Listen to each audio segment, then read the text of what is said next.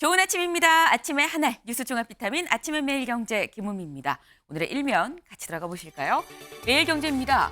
서민 소상공인 290만 명 신용 대사면입니다. 사실 앞서서 저희가 전해드렸던 바가 있습니다. 설을 맞아서 정부에서 신용 대사면을 계획을 하고 있다라는 소식을 전해드렸었는데 어제 당정 회의가 있었습니다. 관련해서 신용 대사면을 하겠다라고 확정 발표가 있었습니다. 5월까지 대출을 갚으면 연체 기록을 삭제해주겠다라는 건데요. 이렇게 되면 여기에 해당하는 사람들이 290만 명이다라는 겁니다. 네, 통신료가 밀린 37만 명도 포함이 된다라고 하네요. 네, 다음 기사 보겠습니다. 국민일보입니다. 비트코인 제도권 입성, ETF 증시서 쉽게 사고 판다. 네, 비트코인 어제, 그제 연일 논란이었습니다. 사실 그제 논란이 됐었던 건 비트코인 이거 미 증시에서 지금 상장이 된다고 제도권 들어온다고 아니래라고 해서 논란이었는데 들어왔습니다. 네, 비트코인 제도권에 입성을 했고 그래서 증권 시장에서도 이제 쉽게 사고 팔 수 있게 됐다라는 얘기인 거죠. 이 얘기인즉슨 뭐냐? 공식적으로 비트코인이 투자 자산이 됐다라는 의미로 볼 수 있습니다. 때문에 업계에서는 이렇게 되면 연말까지 1,000억 달러, 네, 우리 돈으로 131조 원입니다.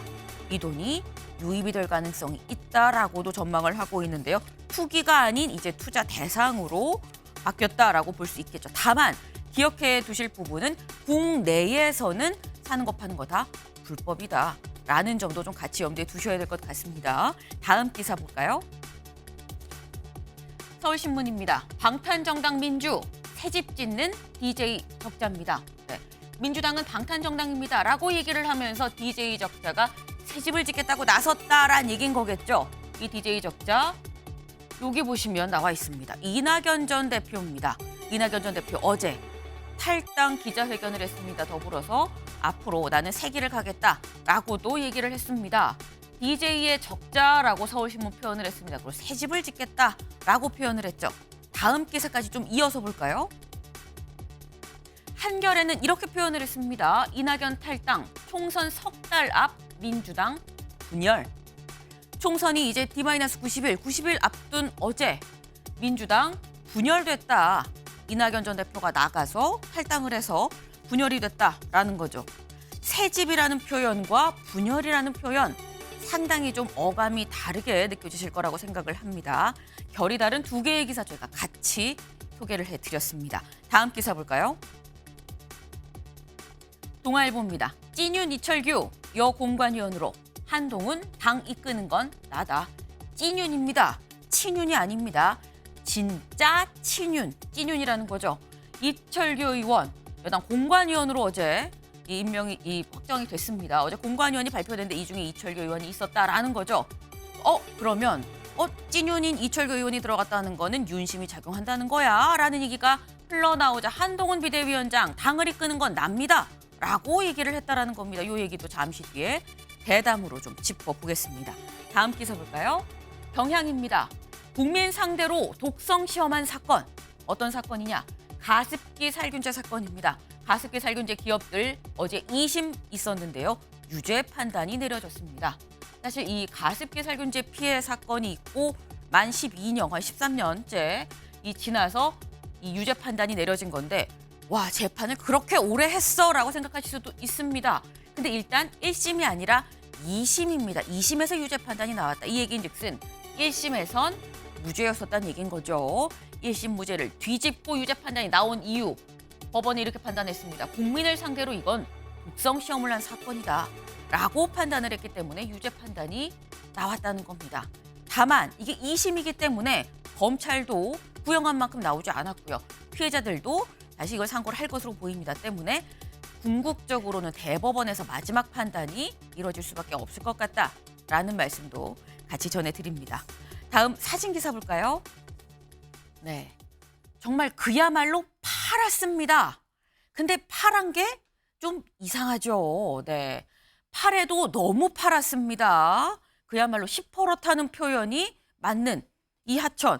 이게 대체 어디냐? 경기도 평택에 있는 관리천이라고 합니다. 근데 관리천이 왜 이렇게 시퍼래졌냐? 그러니까 지난 9일 화성시에 있었던 유해화학 물질 이 보관 창고가 불이 나서 거기에 있던 유해 물질들이 하천으로 유입이 돼서 이런 파란색이라고 하는데 여기 위에 이 트럭 보이시나요? 네. 트럭색과 물색이 크게 다르지 않아 보일 정도로 물이 정말 파랗습니다. 네. 언뜻 한눈에 보기에도 상당히 몸에 안 좋겠구나, 유해하겠구나라는 생각이 드는데 관건은 이제 어떻게 복원을 하느냐, 복원을 시키느냐가 관건이겠죠. 네.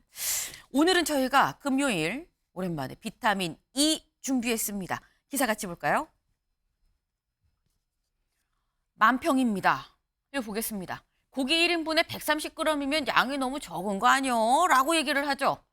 그럼 마주 앉아있는 사람이 이렇게 얘기해요. 난 괜찮아. 요즘 워낙 허리띠를 졸라매고 살아서 위도 줄어들었어. 라고 얘기를 합니다. 여기 지금 메뉴판을 보면 삼겹살이 1인분에 18,000원인데 130g입니다. 혹시 기억이 나실지 모르겠어요. 사실 1인분은 200g이다. 라는 공식 아닌 공식이 있었을 때가 있었습니다. 1인분에 200g에서 180g에서 150g에서 이제 130g으로 내려갔다. 여기 마지막 줄 볼까요? 이렇게 우리의 몸은 고물가에 최적화돼 가고 자주 섞인 마지막 말입니다. 네. 자꾸 비싸지니까 이렇게 파는 1인분에 내 몸을 맞춰가는 요즘이다. 라는 얘기인 거겠죠. 그런데 이게 서민의 이 상황인데 다음 기사를 좀 볼까요? 평당 1억 1,500만 원 역대 최고 분양가가 나왔습니다. 이게 대체 어디서 나왔느냐? 네, 여기를 볼까요? 광진구의 포제스 한강입니다. 포제스 한강 평당 1억 원이 넘는 분양가가 적용이 됐다라는 겁니다. 대단하죠. 네. 그럼 요 직전에 최고 분양가는 어디였는데 요 직전 최고 분양가는 서초구에 있었습니다. 평당 6,709만 원 메이플자이였다고 해요. 서초구는 분양가 상한제가 좀 적용이 되는 지역이죠. 그러다 보니까 강남이지만 평당 6,700만 원이었는데 강북 광진구입니다. 하지만 평당 1억 원이 넘는 분양가가 나왔다라는 거. 네. 삼겹살 1인분에 130g 놀라운데 평당 1억이 넘는 분양가도 놀랍습니다. 정치 양극화만 문제가 아니고요. 경제 양극화도 상당히 우려될 수 있는 상황일 수도 있다라는 생각이 드네요. 네. 아침엔 매일 경제 뉴스 종합 비타민 언제나처럼 TV로 보시다가요. 궁금한 점 유튜브 댓글로 알려주시면 같이 얘기를 해보겠습니다. 함께해 주실 분들 소개합니다. 안녕하세요. 안녕하세요.